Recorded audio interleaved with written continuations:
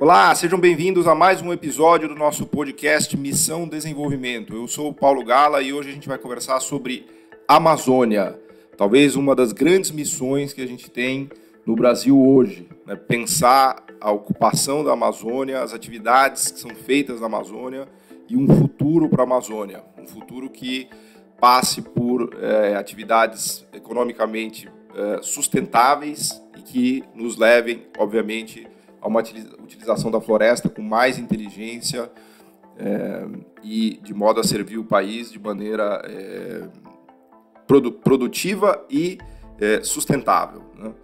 Para falar sobre esse tema, a gente recebe hoje o Beto Veríssimo, que é pesquisador associado e cofundador do IMAZON, dos principais centros de pesquisa e ação estratégica da Amazônia, também cofundador e diretor de programas do Centro de Empreendedorismo da Amazônia, engenheiro agrônomo com pós-graduação em Ecologia pela Universidade Estadual da Pensilvânia e autor de inúmeros trabalhos técnicos, científicos e livros sobre meio ambiente e desenvolvimento sustentável, com ênfase em ecologia e desenvolvimento sustentável da Amazônia. Um dos coordenadores do programa Amazônia 2030, uma iniciativa multilateral, multi-institucional, dedicada a elaborar um amplo projeto de desenvolvimento sustentável para a Amazônia brasileira.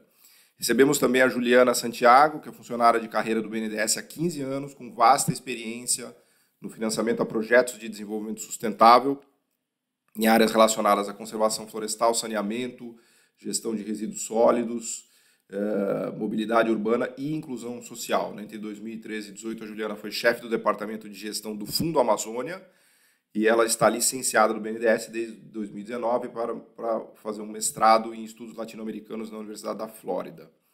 São dois grandes conhecedores do tema amazônico, né?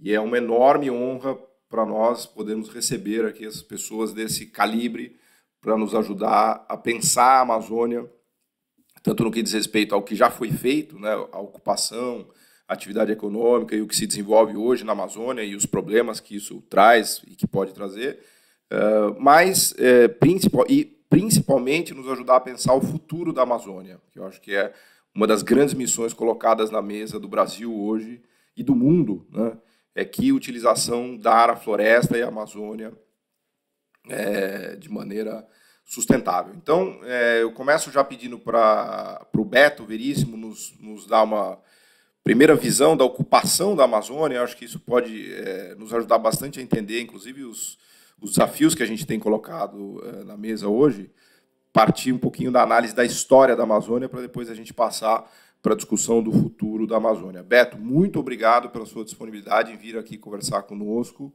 É realmente uma honra e um prazer te receber aqui. E vamos lá, nos dê uma luz aqui do que foi feito com a Amazônia e o que podemos fazer. Bom, obrigado pelo convite. Brevemente, a Amazônia tem 30 milhões de anos como floresta, né? Esse tempo geológico dela, biológico, longo. É a ocupação humana, 15 mil anos, né? Os povos indígenas. A colonização, 500 anos. Curioso que até 40 anos atrás a floresta estava praticamente intacta. Todo o problema causado na Amazônia é um problema de 4 décadas, só para a gente ter uma noção.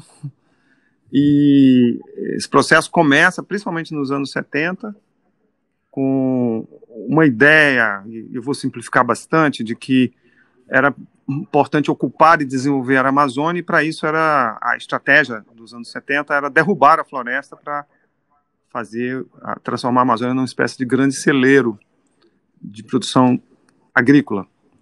Esse projeto deu errado, a Amazônia continua subdesenvolvida e desigual, e além dos impactos ambientais que são catastróficos. E nesse período relativamente curto, muito curto na história, na nossa história, a história humana e na história geológica, a gente nem conta, o Brasil já desmatou 20% da Amazônia. Então, para a gente ter uma ideia, a gente está falando de uma área maior do que o estado de Minas Gerais, São Paulo, Rio de Janeiro e Espírito Santo juntos, em pouco mais de 40 anos. Pelo menos outra área similar são de florestas degradadas, florestas que tiveram extração de madeira. A gente está vendo agora esses episódios de extração de madeira ilegal. Infelizmente é uma coisa comum na Amazônia, já teve fogo, Então, o quadro ambiental da Amazônia é dramático, e cientistas falam de que se a gente ultrapassar ali o limiar de 25% a 30% de desmatamento, a gente vai entrar num processo irreversível de savanização de grande parte da Amazônia. E eu vou mencionar rapidinho o que significa isso. Então, esse processo de desmatamento que eu falei, 20%, tem mais uns 20% de florestas degradadas. A gente está vivendo uma época de extremos climáticos. Mudança climática é um fato e ela vai afetar a vida de todos nós ao longo desse século. A Amazônia é chave. Qualquer solução para manter um clima minimamente estável é importante conservar a floresta. No ritmo de desmatamento que a gente está, enfrentando os extremos climáticos cada vez mais intensos, com 20% já desmatado e outros 20% degradados, nós podemos chegar nesse ponto do não retorno nessa década. Inclusive com consequências para o resto do Brasil, né? Porque me parece que a seca no Sudeste, a falta de água em São Paulo, estaria ligado também a esses problemas, não? Sim. A floresta, ela presta um serviço que agora, cada vez mais a ciência está conseguindo documentar bem, entender bem, que as florestas tropicais, elas têm um papel da regulação do clima do planeta, não só porque fixam e capturam carbono, mas, sobretudo, eles são estoques de carbono. Cada árvore, um hectare na floresta tem 450 árvores. Cada árvore dessa armazena carbono nas folhas, no caule, nas raízes. Então, essa parte da regulação do clima é muito importante. Mas ela também é um regulador de regime de chuva. É uma bomba biótica. Que é uma bomba biótica, desculpa. As chuvas, geralmente, elas entram do mar, né? São geradas, boa parte das chuvas são geradas no oceano, elas entram no continente. O que acontece quando elas entram no continente, no caso da Amazônia, elas entram do Atlântico, e se não tivesse a floresta, a gente teria um litoral muito chuvoso, e na medida que você fosse em direção a Manaus, Santarém, ou seja, a parte mais interior da Amazônia, você ia ficando seco. Por que isso não acontece? Porque você tem uma floresta, essa chuva vai sendo, numa espécie de efeito de chicote, essa umidade vai sendo jogada para dentro do continente. De que maneira? A floresta fica respirando, evapotranspirando. Então, se você quer olhar na Amazônia, andar no interior da Amazônia, você vai ver aquelas mantas de florestas com uma névoa. Aquela névoa, na verdade, é a floresta que está bombeando água que está lá embaixo para a atmosfera, respirando, evapotranspirando. Aquilo forma as nuvens, essas nuvens vão se deslocando para dentro do continente, vão até chegar nos Andes. Nós estamos falando de um deslocamento que são de 6 mil quilômetros para dentro do continente, floresta jogando para floresta, que joga para floresta, até que batem lá nos Andes, e num efeito como se fosse uma bola de bilhar, volta na diagonal para a região centro-sul do Brasil. Cai água, boa parte das águas que cai no Pantanal, que cai no estado de Minas Gerais, Goiás, oeste de São Paulo, oeste do Paraná, dependem da presença da floresta. Sem a floresta, a gente perde essa capacidade de ter as precipitações pluviométricas. Quase como fosse um aqueduto mesmo, né? Interessante isso. Como se tivesse essa função que até então, que eles chamam de rios voadores. Então, a região centro-sul do Brasil seria uma região muito, muito mais seca. Em algumas regiões seriam semiáridas. Você imagina a importância que a Amazônia tem para o abastecimento humano no sudeste e no sul do Brasil, para a navegação, para a geração de energia hidrelétrica. Afinal, o Brasil é um país com matriz energética que depende de água, e, portanto, a água depende de floresta. A agricultura brasileira, que é hoje um setor super importante na nossa pauta de exportações e no nosso PIB, depende de água, porque o Brasil só tem 6% da sua agricultura irrigada. Então, 94% de toda a produção agrícola do Brasil depende de chuvas regulares. Essas chuvas dependem, em grande parte, da floresta, direta ou indiretamente. A floresta tem um papel central. Então, nós estamos vivendo um reconhecimento do papel central que a floresta tem para o regime de chuvas no Brasil, para as funções climáticas de equilíbrio do clima transcontinental e global, E por isso que nessa década a gente vai... eu diria que essa é a década que vai marcar de forma decisiva a entrada da Amazônia como uma questão central na geopolítica da América do Sul. Hoje, para o mundo, a América do Sul importa sobretudo pela função que exerce a Amazônia, e a Amazônia não é só brasileira, a Amazônia são 9 países que detêm porções da Amazônia, o Brasil tem 2/3, 1/3 é espalhado em outros 8 países, tem uma função chave para o futuro desse século, da vida social, econômica e ambiental do planeta. Esse tema só vai crescer de importância. O Brasil está no coração do problema ou no coração da solução. Então, nós estamos assistindo agora o tema da Amazônia sendo reiteradamente mencionado em todos os fóruns, sejam em fóruns de investidores, todo Davos tem se dedicado a isso, os grandes fundos de investimento do mundo têm mencionado a questão da Amazônia como questão central, a Amazônia ocupa destaque no Financial Times, no The Economist, no Wall Street Journal, nos jornais de mainstream de economia. Isso mostra que se deixou de ser uma agenda ambiental e passou a ser uma agenda central na questão do clima e, portanto, de desenvolvimento nesse século XXI. Então, o Brasil, obviamente, conhece ainda muito pouco a Amazônia, os brasileiros, e eu acho que nós estamos agora correndo contra o relógio para entender melhor, para propor. Eu tenho trabalhado na Amazônia nessas últimas 3 décadas e meias, então eu tenho assistido ao longo desse período, finalmente, um interesse tardio, mas não menos importante, da gente procurar entender a Amazônia nas suas complexidades, nas suas diferenças, o seu reconhecido papel climático e também a sua função estratégica de conservação da biodiversidade, que é um outro capítulo estratégico e fundamental também no século XXI, e o fato da Amazônia também ter 27 milhões de pessoas, no caso da Amazônia brasileira, vivendo em condições precárias de desenvolvimento. Então, você tem a maior floresta tropical do mundo, chave para o Brasil, chave para o planeta, mas convivendo com indicadores sociais e econômicos sofríveis. E a minha tese central é que para salvar a floresta, a gente precisa desenvolver a Amazônia de uma forma que tenha a floresta, a biodiversidade e os serviços ecossistêmicos como pilares centrais dessa economia. Ela pode conviver com pequenas, as áreas já abertas, já desmatadas, com agricultura mais intensiva. É possível conviver com agricultura intensiva desde que seja dentro das regras, dentro da lei, respeitando o Código Florestal e melhorando a vida nas cidades. Então, a Amazônia tem esses desafios, e o Brasil, na verdade, nunca teve um projeto de desenvolvimento sustentável para a Amazônia. Quais são, isso que eu ia te perguntar, que tem várias Amazônias lá, né? Que você tem uma sacada de falar dos tipos de Amazônia que existem, né? Se você puder falar um pouquinho isso para nos ajudar a entender a ocupação, o tipo de ocupação que foi feita lá nessa linha do que você está desenvolvendo agora.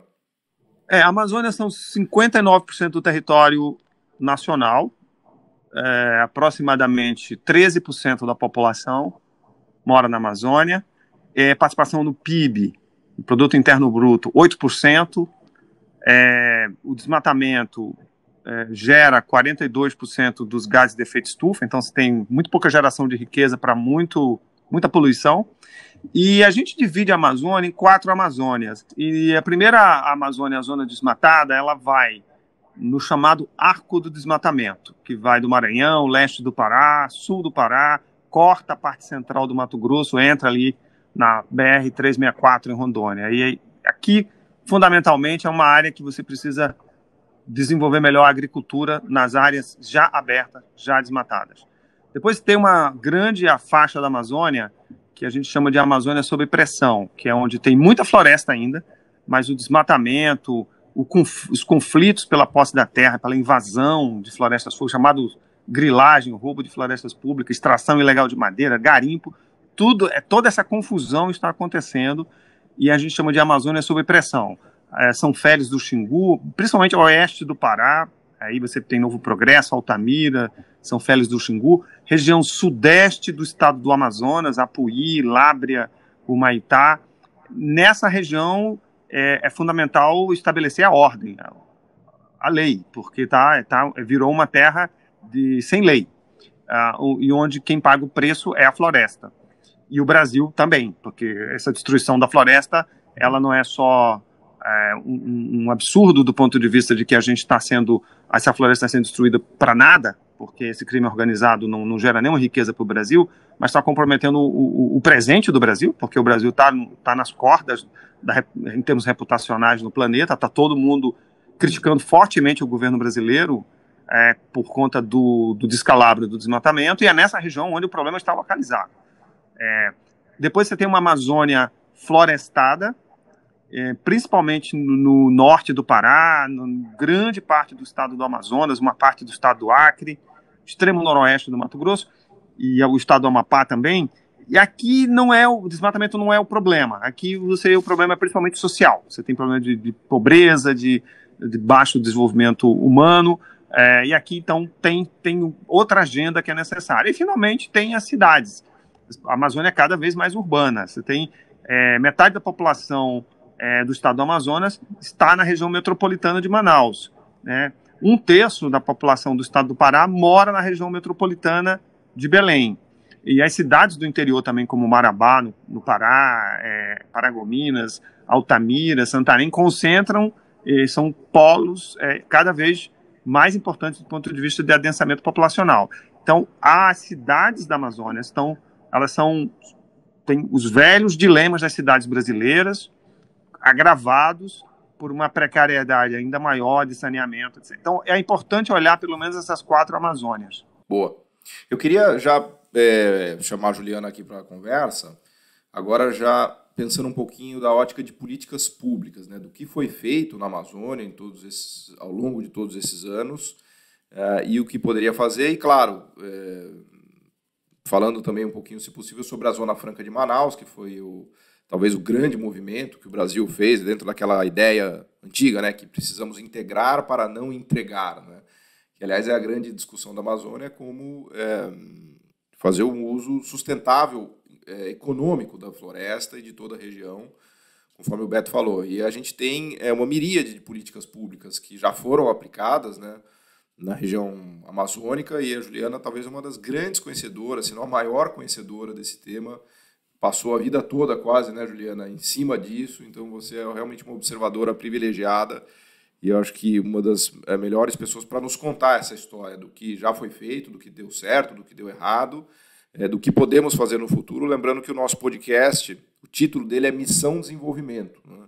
E eu volto a repetir aqui que talvez uma das grandes missões do Brasil hoje seja a missão do que fazer com a região amazônica, né? É equivalente à missão de levar o homem à Lua, né? Essa ideia de missão de desenvolvimento vem da economista Mariana Mazzucato, que se inspirou na missão Apolo, né? E eu acho que, para a gente, a missão amazônica é equivalente a algo do gênero, né? Tamanha a importância disso, não só para o país, como para o planeta todo, para o globo, né? Juliana, nos conte, o que já fizemos na Amazônia do ponto de vista de políticas públicas? Obrigada, Paulo, Beto, um prazer estar com você aqui novamente. Depois de falar depois do Beto fica até difícil, né? Que a aula, toda vez que eu escuto o Beto, é uma aula e um prazer de ouvir esse diagnóstico dele.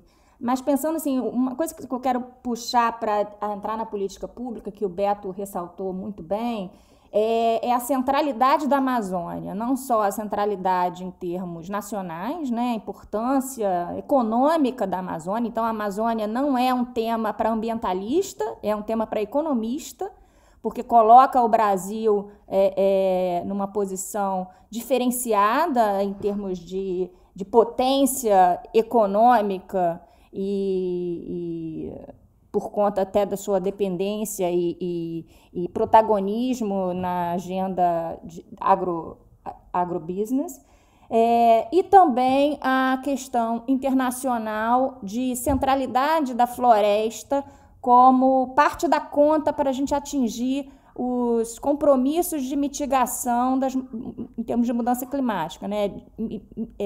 Reduzir os impactos do aquecimento global, que já é diagnosticado como extremamente crítica críticos para que a gente não tenha calamidades, né, ambientais de grandes proporções, né?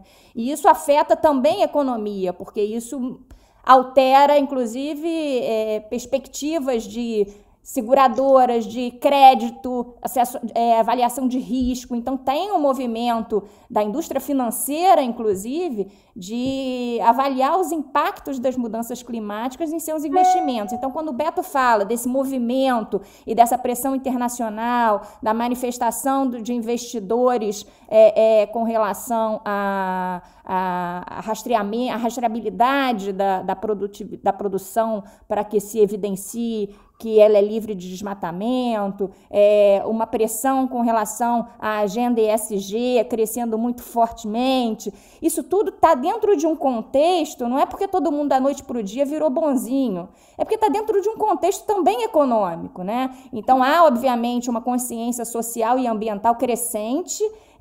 Acho que a pandemia veio acelerando esse processo porque ela escancarou as desigualdades e os nossos dilemas, né, socioambientais, e uma revisão, inclusive, do capitalismo. Então, hoje se fala muito de migração de um capitalismo de shareholder para um capitalismo de stakeholders, né? Então, esse processo ele ganhou momentum agora durante a pandemia, com os diversos anúncios globais, a agenda do Build Back Better, ou a agenda de reconstrução do New Green Deal, e aí você tem vários apelidos por aí. Então, o contexto da Amazônia é importante ser feito por aí. Eu só queria resgatar esse ponto que o Beto destacou muito bem.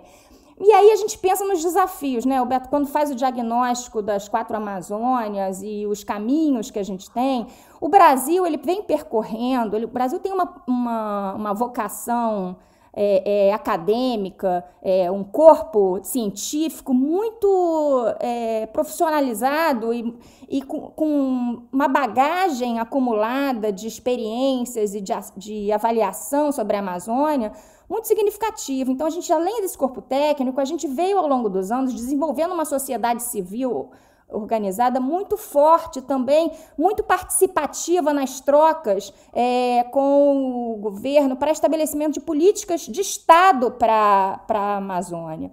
Então, esse é um contexto. O Beto, ele mesmo fala, ele está aí há 30 anos trabalhando com a Amazônia e foi um dos grandes atores, junto com vários outros que a gente, assim, é difícil nominar aqui, que veio participando junto com o governo federal, com gestores públicos, na tentativa, e com os gestores públicos estaduais também, na tentativa de construir uma agenda de desenvolvimento, né? A gente falhou em algumas circunstâncias, mas a gente também tem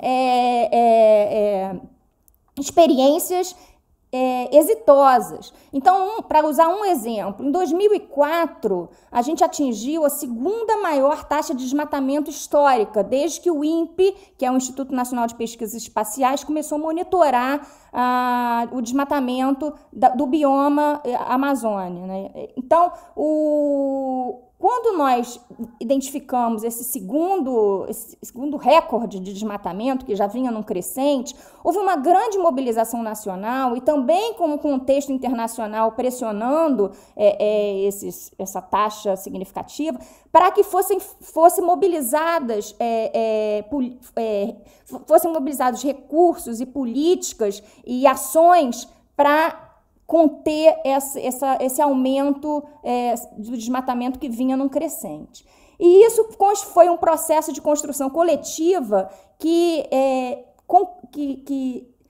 gerou uma importante política pública, que é o Plano Nacional de Prevenção e Combate ao Desmatamento da Amazônia. Ele começou a ser implementado em 2004, com 4 eixos. Vou falar um pouquinho desses eixos, mas só para você ter uma ideia, depois de 2004, foi um plano que foi construído a várias mãos, foi um processo participativo, né, de construção, com diversas escutas regionais e com vários atores, não só os ministérios todos engajados na agenda. Então, o governo federal deu uma centralidade à agenda de construção do PPCDAM. A gente tinha naquela época... época... o PPCDAM, desculpa, esse é o nome é o apelido do plano que vocês dão. Isso, o PPCDAM, ele são as primeiras letras do Plano de Prevenção e Combate ao Desmatamento da Amazônia. Então, a gente apelida carinhosamente esse plano de PPCDAM.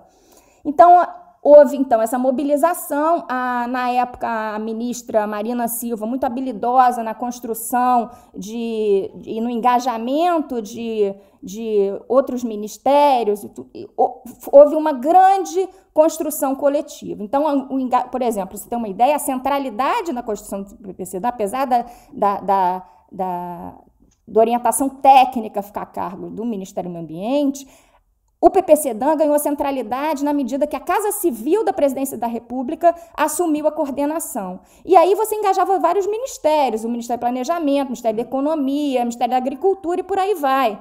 Então, houve, de certa forma, olhando sob a ótica do governo federal, essa grande mobilização em torno da construção do PPCDAM. E aí você tem também, junto com esse corpo dos ministérios federais, você tem engajados os estados, você tem engajados a sociedade civil, você tem engajados um corpo de cientistas. Então, foi, de fato, uma construção ali muito participativa. E que talvez isso foi um processo que levou aos êxitos que a gente verificou nos anos seguintes. Depois de 4 anos de implementação do PPCDAM, o desmatamento da Amazônia caiu pela metade. E se a gente considerar 2004 até 2012, que foi a taxa mínima de desmatamento histórico a partir de 2004, a redução de desmatamento foi de 84%. Então, de fato, a gente tem caminhos desenhados que precisam, obviamente, ser aperfeiçoados, mas aí eu entro nos eixos do PPCDAM que amarram bem com esse diagnóstico. Desculpa interromper, mas se você puder, inclusive, nesses eixos que você vai falar agora, dar exemplos específicos para a gente entender que ações são essas exatamente, né, de BNDES, de Fundo Amazônia, porque daí a gente consegue ver isso de maneira bastante concreta. Um exemplo ou outro, pensando assim, mas só para a gente ter uma ideia bem prática. Não, tudo bem. Então, pelo primeiro eixo do PPCDAM, que agora todo mundo já conhece, é o eixo de monitoramento e controle. O que quer dizer monitorar? Então, vamos separar. Monitoramento. Então, o INPE, por exemplo, ele já vinha construindo uma base de monitoramento e com aperfeiçoamento de análise de imagens e capturadas por satélite desde os anos 80. E esse processo veio num crescente de aprimoramento, inclusive com o Amazon, por exemplo, sociedade civil se envolvendo. O Amazon também construiu seu próprio sistema de monitoramento de desmatamento. Então, houve um processo de construção de inteligência para diagnosticar aonde o desmatamento estava ocorrendo, quais os principais vetores, analisar o uso da terra. Então, ali foi se construindo, de fato, inteligência.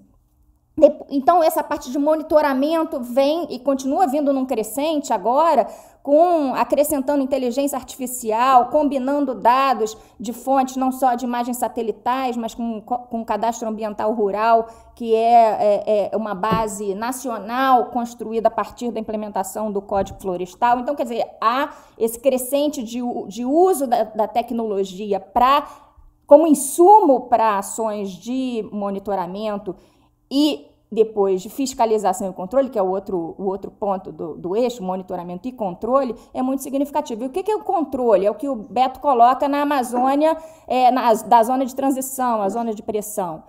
É necessário combater crime organizado. A Amazônia, o desmatamento da Amazônia, que ocorre, o desmatamento ilegal da Amazônia, ele está vinculado a crime, ocupação de terras públicas, grilagem de terra substancialmente, né? Garimpo ilegal, e isso, uma série de outras questões sociais que vêm a reboque, né? Não só ambientais, mas que vêm a reboque, com direitos trabalhistas desrespeitados, conflitos agrários que vão na potência máxima, né, crimes contra ativistas e lideranças, né, e o próprio desrespeito aos direitos indígenas das populações tradicionais. Então, o crime ele precisa ser combatido. E ainda é um eixo muito necessário, porque o combate ao crime organizado e, de fato, a penalização do crime, ela gera sinais para o criminoso não insistir no erro. Então, se você não tem combate ao crime organizado e nenhum um sinal desse processo, os outros eixos, eles, de certa forma, ficam comprometidos, né?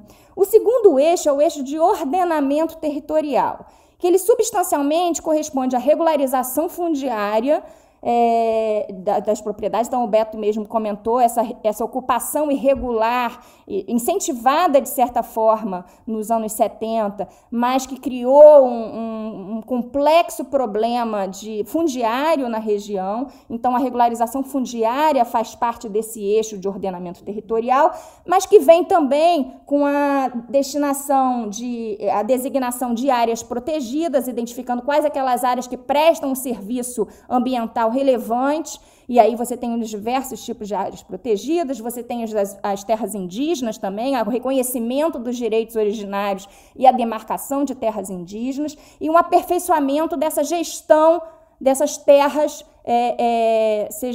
dessas áreas protegidas, sejam elas terras indígenas, unidades de conservação e as diversas outras formas. E, por fim, a destinação de terras devolutas. Então, você tem um pedaço da Amazônia que ainda, usando um termo mais popular, que ainda é terra de ninguém. E essa é uma terra que é pública.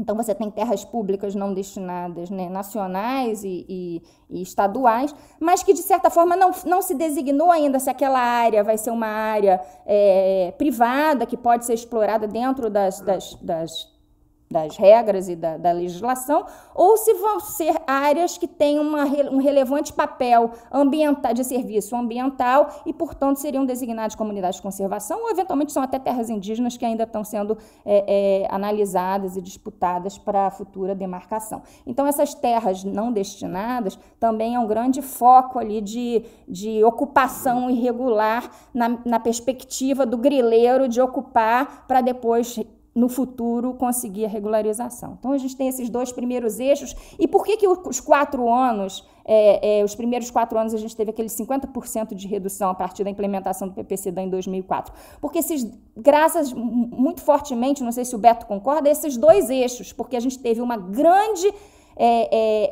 movimento de comando e controle e também um grande movimento de demarcação e de designação de áreas protegidas. E aí o desmatamento, porque aí no momento que você diz, não, essa terra daqui, ela não é uma terra de ninguém, você, de certa forma, inibe, porque não há perspectiva futura de tentativa de regularização fundiária daquela propriedade ocupada irregularmente, né?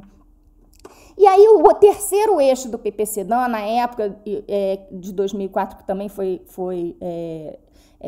identificado, foi o eixo de fomento às atividades produtivas sustentáveis. Então, exatamente reconhecendo aquela Amazônia pobre, mas ao mesmo tempo aquela Amazônia de floresta, mas que não necessariamente precisa ser um santuário ecológico, pode compatibilizar as vocações naturais do território, as vocações econômicas que geram renda para aquela população que ali vive. Identificou-se que deveria se pensar num eixo de fomento às atividades produtivas sustentáveis para exatamente criar um novo modelo econômico para a Amazônia que gerasse renda para a população local.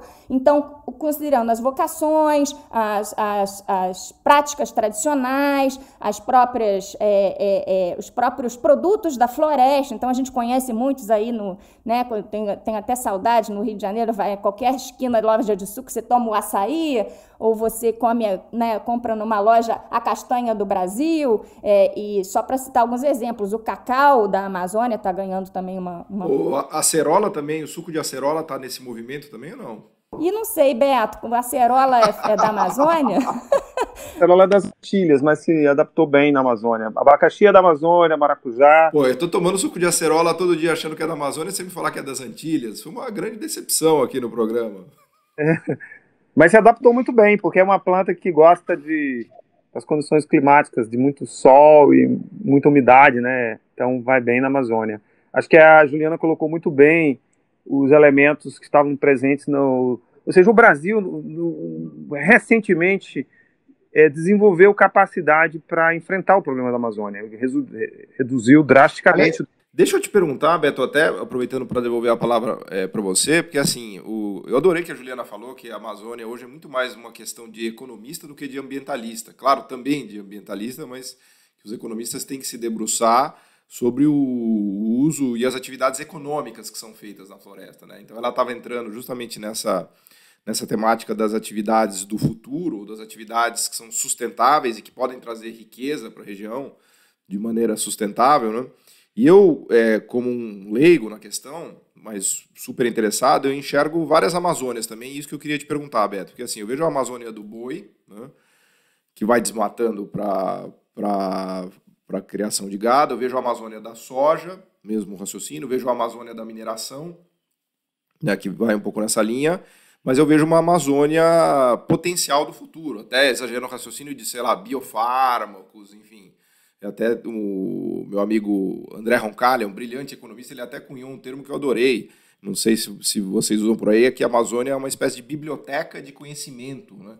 Biblioteca de conhecimento produtivo, que a gente poderia estudar, explorar, aprender, e não queimar os livros, né? Eu adorei essa metáfora dele, né? Que quando a gente queima a árvore, na verdade a gente está queimando livros, porque a gente tem muito aprendizado aí para ser extraído da floresta, que ela pode nos ensinar, né? E a gente precisa, obviamente, aprender para depois poder transformar isso em conhecimento e riqueza. Então, isso também conversa com o tema-chave aqui do nosso podcast, que é o seguinte: quando a gente olha para o futuro, para missões, né, missões de desenvolvimento, a gente precisa pensar em novas atividades que não são ainda desenvolvidas, né, especialmente mais sofisticadas, que envolvam mais uso de conhecimento e que tragam riqueza de maneira sustentável, né, mas que não são feitas hoje em dia porque não dão dinheiro, né? Então, esse é um tema-chave aqui, porque muitas vezes o que dá dinheiro não é o melhor, né? Ou seja, nesse sentido, o desenvolvimento econômico ele é um pouco antieconômico, porque a gente precisa aprender e investir em novas atividades, em novas questões, né? Em novas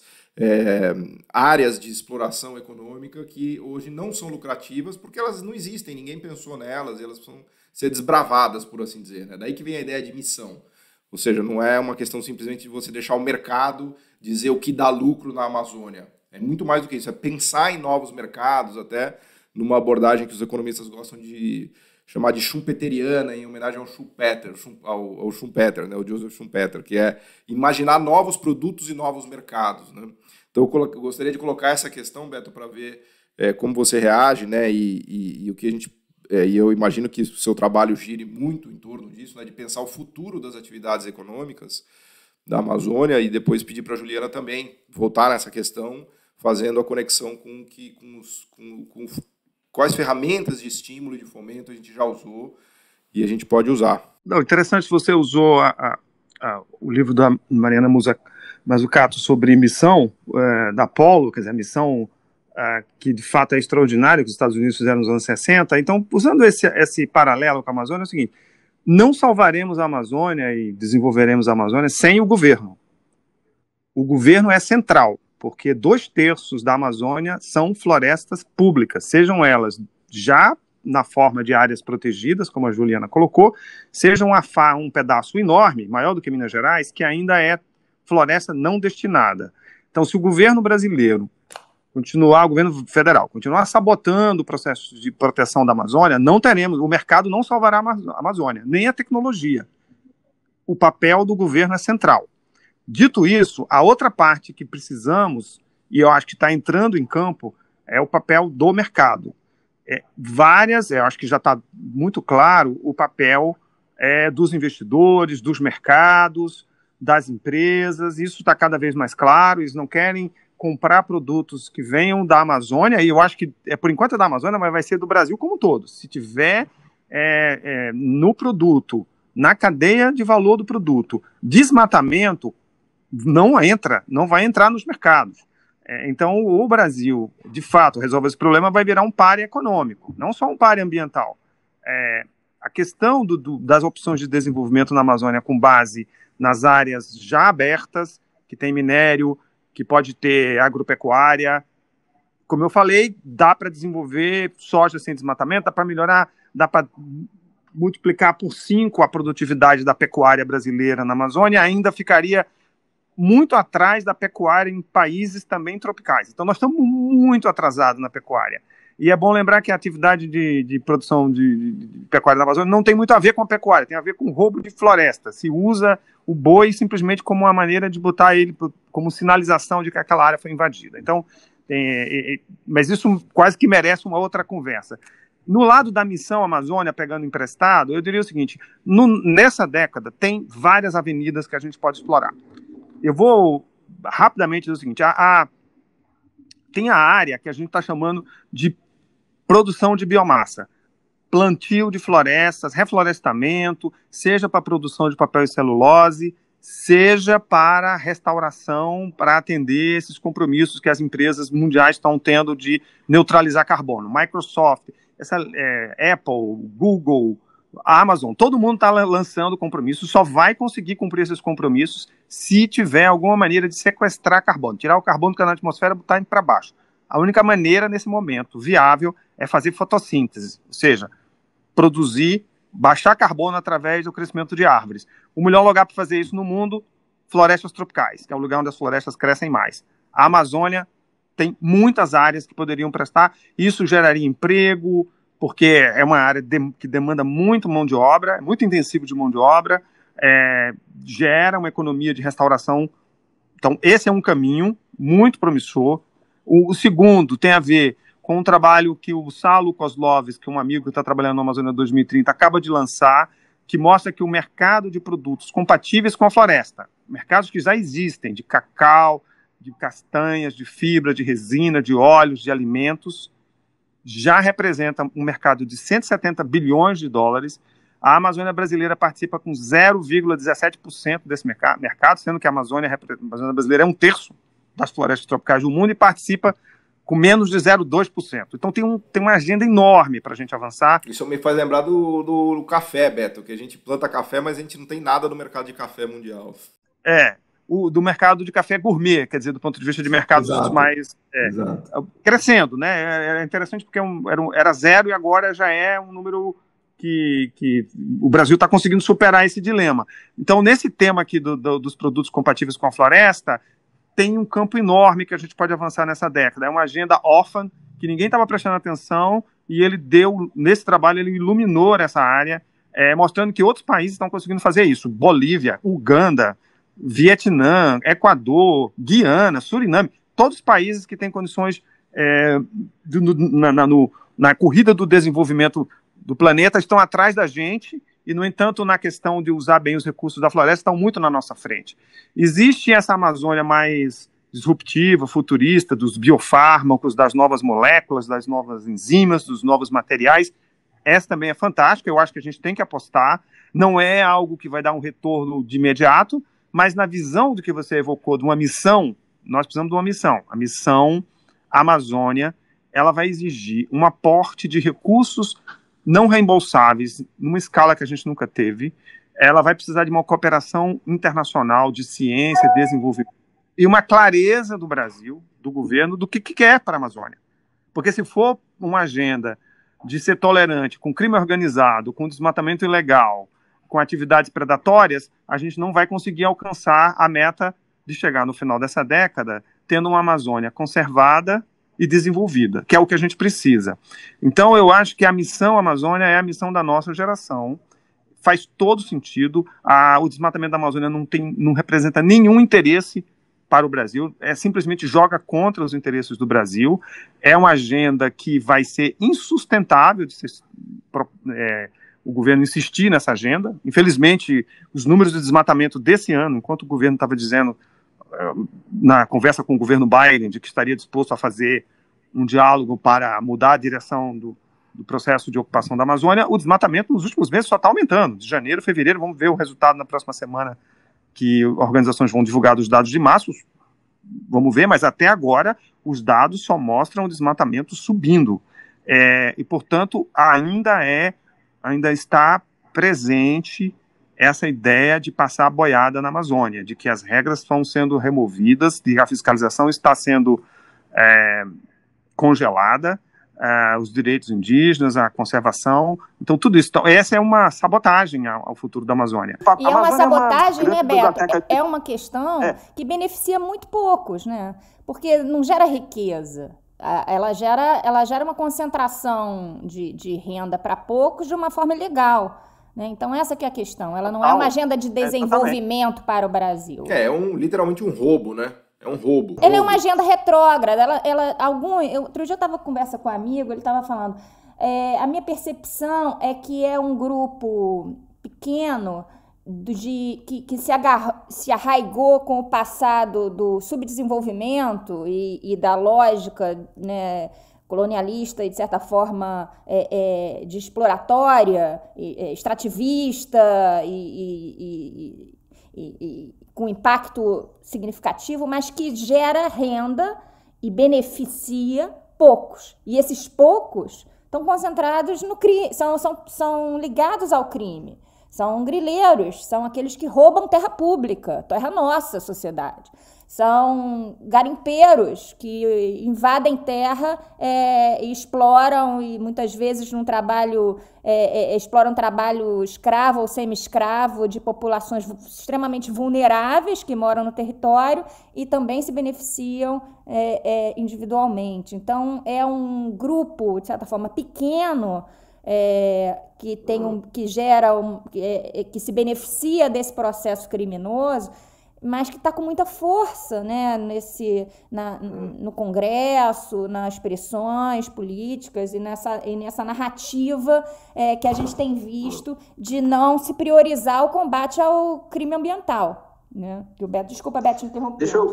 Deixa eu falar para vocês um pouco da minha agonia aqui, que a gente tem todo episódio do podcast que começa a dar agonia, porque a gente já passou de 40 minutos de conversa, a gente não conseguiu explorar, acho que nem a metade, né, desses temas tão importantes que a gente tem para tratar, né? Realmente é um pouco, a minha posição aqui é meio agonizante, porque eu vejo a riqueza de temas e da qualidade das pessoas e do conhecimento, né, que vocês têm. Mas eu não queria deixar passar aqui alguns pontos, né? Primeiro, alguma palavrinha de vocês sobre a Zona Franca de Manaus, que até agora a gente não falou nada. Zona Franca tem que ser repensada. Precisamos de uma Zona Franca na Amazônia, mas que seja uma Zona Franca a serviço da economia da floresta. Essa Zona Franca que tem lá, ela está de costas para a floresta. Ela precisa ser substituída por uma Zona Franca que valoriza a bioeconomia.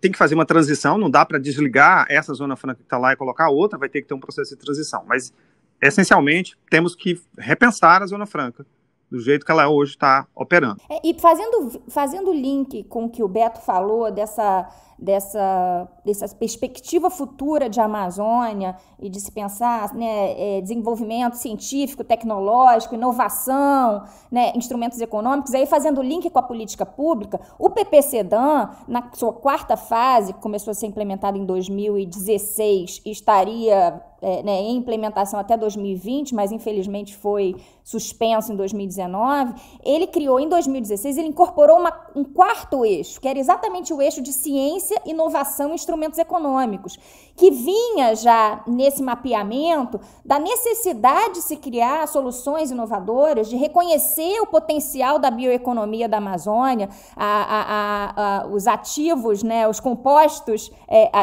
bioativos que ali existem, que a gente nem tem ideia, a potencialidade de criar um Vale do Silício da Amazônia, né, e de desenvolvimento tecnológico gigante. Então, esse eixo da política pública já vinha nessa corrente.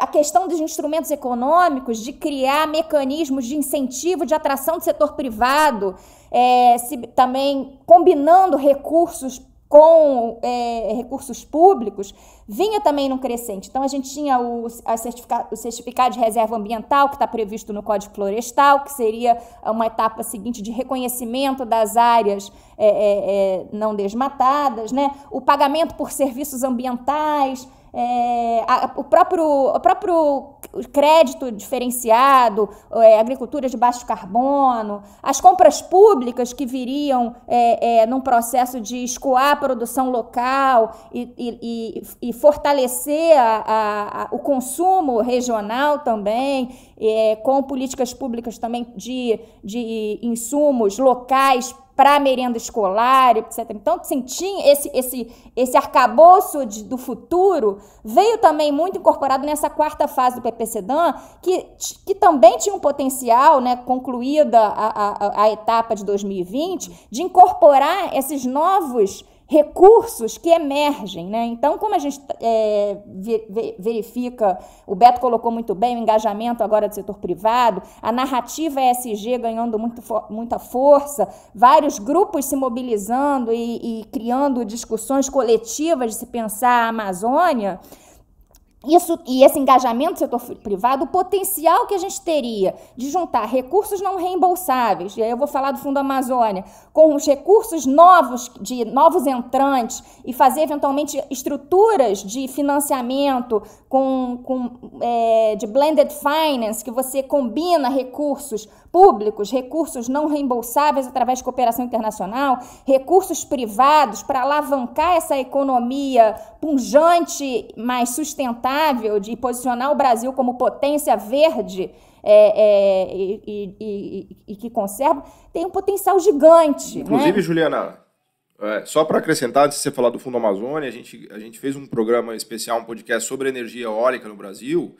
E é muito interessante porque o que foi feito na energia eólica se assemelha muito ao que você está falando e propondo, né? Porque o risco, né, de fazer os parques eólicos no Nordeste, de construir os aerogeradores, eu gostei do termo que você usou de blended finance, né, de finança misto de público e privado, em que o Estado, obviamente, toma uma parte relevante do risco, especialmente o risco ligado à incerteza de projetos mais ousados que a iniciativa privada não tem coragem de assumir, né?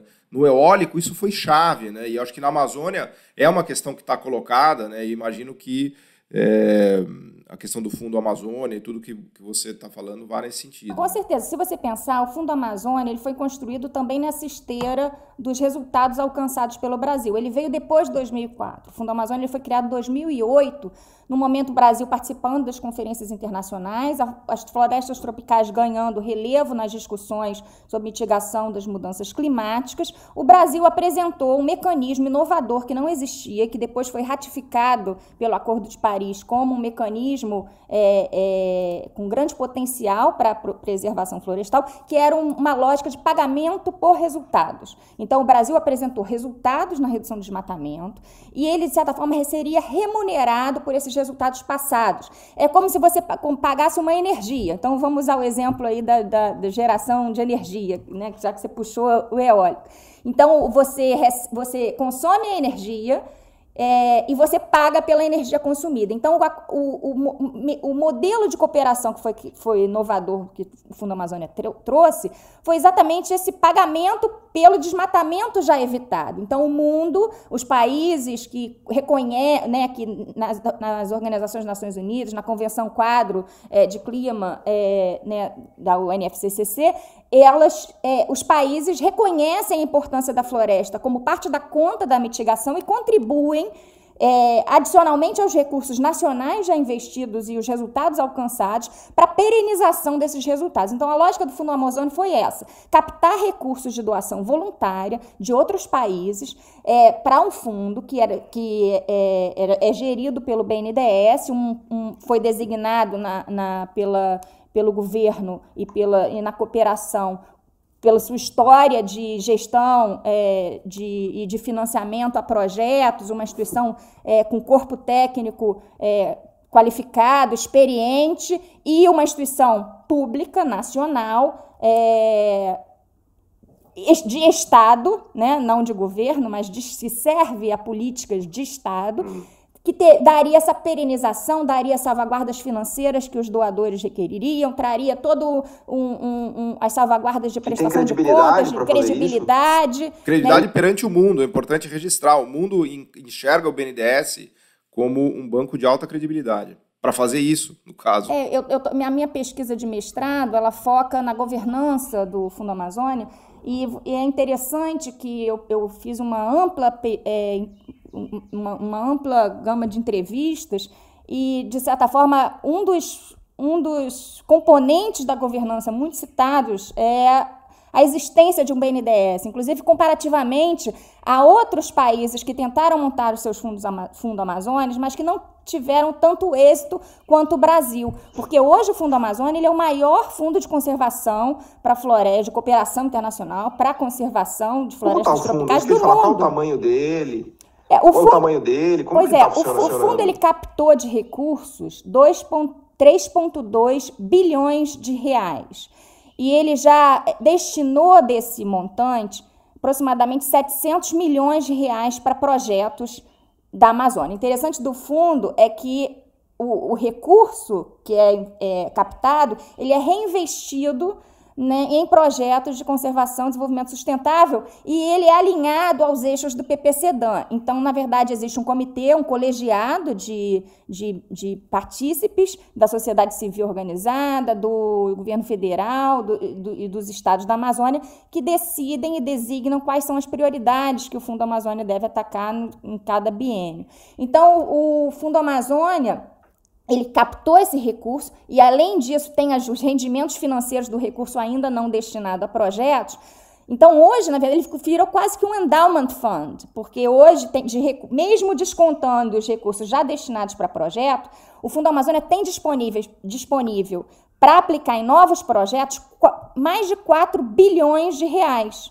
Né? O fundo, como você possivelmente sabe, ele está paralisado, principalmente porque houve uma ruptura, uma quebra contratual em 2019 pelo governo brasileiro, na dissolução do Comitê Orientador do Fundo Amazônia, que também é um comitê multipartícipes, criado muito na lógica da própria construção do PPCDAN. Ele traz diversos ministérios do governo federal que têm assento como membros, os estados da Amazônia todos têm assento, normalmente participam seus secretários de meio ambiente como membros, e diversas organizações da sociedade civil que vão desde um membro representando as organizações não governamentais, um membro representando a academia, um membro representando os indígenas, um membro representando a CNI, a Confederação Nacional da Indústria. Então, é um comitê muito diverso que traz olhares fantástico, distintos. Né? O desenho do fundo é fantástico. Pois é. E aí o fundo atualmente está paralisado por uma decisão governamental, né, de suspensão do comitê orientador, e que não foi aceita pelos doadores do fundo. Mas, voltando à questão da perspectiva, essa perspectiva de cooperação, ela é muito significativa, porque a gente vê os movimentos internacionais. O Biden, no debate com Trump, a única menção que ele fez à América Latina foi exatamente se referindo à Amazônia, e manifestou o interesse dos Estados Unidos de colaborar com o Brasil. A gente vê a criação do Green Climate Fund, que também tem um recurso bastante significativo para a destinação de recursos não reembolsáveis para a floresta, do qual o BNDES já é credenciado e poderia estar apto imediatamente a captar recursos para o Fundo Amazônia.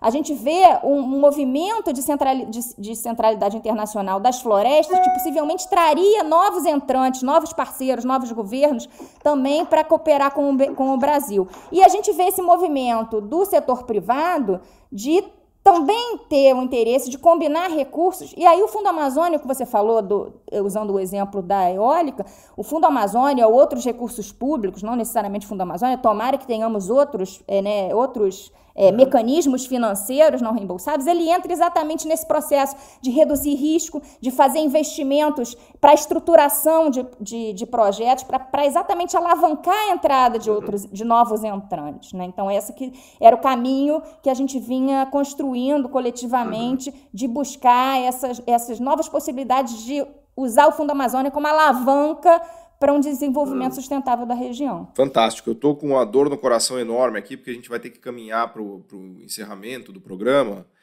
Então, é com muito pesar que eu vou pedir para o Beto nos deixar mais algumas palavras, né, em relação à questão da Amazônia, e depois você também, Juliana. Infelizmente, a gente vai ter que se despedir, porque o tempo está acabando, né? Mas já fica o convite aqui, quase uma intimação aqui para que vocês voltem ao programa para a gente poder desenrolar e desenvolver todas essas questões fantásticas e fundamentais que vocês trouxeram aqui, né? A Amazônia, como eu falei, vai ser cada vez mais central na vida nossa, né? Seja econômica, social, obviamente ambiental, ela é superlativa. Tem solução, cabe, de fato, uma decisão de natureza política, e acho que as forças de mercado, a ciência, a tecnologia estão alinhadas para transformar e tornar possível a missão Amazônia, que é chegar em 2030 com a Amazônia conservada, sem desmatamento ilegal e próspera, com o desenvolvimento dessas cadeias que já existem da floresta e cadeias novas, disruptivas, ligadas à chamada Amazônia 4.0, da quarta revolução industrial, blockchain, novas moléculas, novas enzimas, a capacidade que a ciência e a tecnologia tem de ler a Biblioteca de Alexandria, que é a biodiversidade da Amazônia. Então, eu tenho esperança de que essa crise resultará numa mudança de trajetória, e nosso compromisso é criar as bases para que essa agenda de desenvolvimento com base na floresta possa acontecer nessa década. E esse é o esforço do Amazônia 2030 que eu estou coordenando com outros colegas. Obrigado, Beto. Eu confesso que eu fico mais otimista depois de te ouvir, né? Porque a gente enxerga que tem muita coisa já trilhada, né? Que a trilha já está sendo meio, né? Já que estamos falando de floresta, né? Que as trilhas já estão mais ou menos abertas e mais ou menos trilhadas, né? Que a gente precisa, obviamente, caminhar nessas trilhas, que não é tarefa fácil, né? Juliana, se você quiser dar umas palavras aqui de otimismo também, a gente agradece, né, nesse momento tão difícil do país, né? Eu queria fazer uma reflexão aqui, né, como sociedade. Se a gente pensar assim, qual é a marca Brasil hoje? Né, se a gente pensar qual é a imagem do Brasil, até pouco tempo atrás você pensa, conversava com um gringo, qual é a imagem do Brasil? Você pensa no Corcovado, no Pão de Açúcar, no litoral, né, lindíssimo samba que a gente tem, carnaval. Samba e carnaval. Mas, de fato, hoje, se você pergunta internacionalmente qual é a imagem do Brasil é a Amazônia, para o bem ou para o mal. Né? Então, a gente tem a Amazônia pujante, as florestas, os rios, a diversidade étnica dos indígenas. Então, a gente tem essa Amazônia, né, do sonho, o paraíso e de certa forma, a importância de se preservar essa... É uma visão mesmo, né? Uma visão de futuro, inclusive, da humanidade, né? Você pensar de respeito à diversidade e tudo mais, né? Mas a gente também tem a imagem da Amazônia, do desmatamento, das queimadas, do desrespeito aos indígenas, que de fato é uma imagem que está muito presente nos dias de hoje, né? Então, eu acho que se a gente quer fazer parte desse trem-bala da atualidade, que está numa velocidade enorme e que a condutora desse trem-bala é a sustentabilidade, é uma decisão de país se a gente quer embarcar nesse trem-bala ou se a gente quer desembarcar do mundo. E a Amazônia, ela é central nesse debate de colocar o Brasil na vanguarda do próximo ano. O Brasil já foi reconhecido internacionalmente como protagonista e como país que mais contribuiu para a mitigação das mudanças climáticas, exatamente pelos esforços e pela redução alcançada com o desmatamento da Amazônia. A gente tem a capacidade de retomar esse processo, de correr atrás desse trem-bala e embarcar no último vagão, mas o movimento está muito rápido, tem que ser agora, até para a gente não chegar ao momento de irreversibilidade, como o Beto falou, o risco do tipping point. Então, a gente tem capacidade, a gente tem um potencial enorme de transformar o Brasil na grande potência verde mundial. E eu acho que a Amazônia tem uma centralidade nessa ação e a gente tem o papel como sociedade de perseguir essa imagem que queremos do Brasil. Juliana, muito obrigado. Beto, uma honra enorme ter falado com vocês hoje.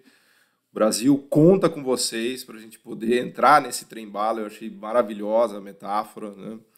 E eu acho que realmente a Amazônia é o nosso futuro, né? Ela é o nosso futuro, só que cabe a nós pensarmos nessa missão de desenvolvimento, nessa missão Amazônia. Eu acho que poucas pessoas no Brasil já pensaram e atuaram, né, e viveram essa missão como vocês dois, né? Na verdade, essa missão que a gente discute aqui como uma missão de desenvolvimento do país foi a missão de vida de vocês, né? Quando a gente olha a história e o conhecimento que vocês têm de todas essas questões, a gente vê claramente que foi uma missão de vida. E agradecer, né, primeiro de vocês seguirem essa missão, né? Isso, o país realmente depende de pessoas como vocês. E também agradecer que vocês tenham vindo aqui dividir conosco um pouco, né, de todo esse trabalho que vocês têm feito e dessa visão que vocês têm construído, e que certamente vai nos ajudar demais no futuro, né, quando esse período tenebroso passar, né, quando a gente conseguir finalmente sair das trevas, né, que tomaram conta do país. Temos aí muitas trilhas, né, para serem percorridas. Então, agradeço muito a presença de vocês aqui. Acho que foi fantástico. Acho que todo mundo que está ouvindo, que vai ouvir, vai adorar. E já fica também o convite para futuros programas e futuras conversas. Obrigado. Obrigada, Paulo. Obrigada, Beto. Foi um prazer. Obrigado.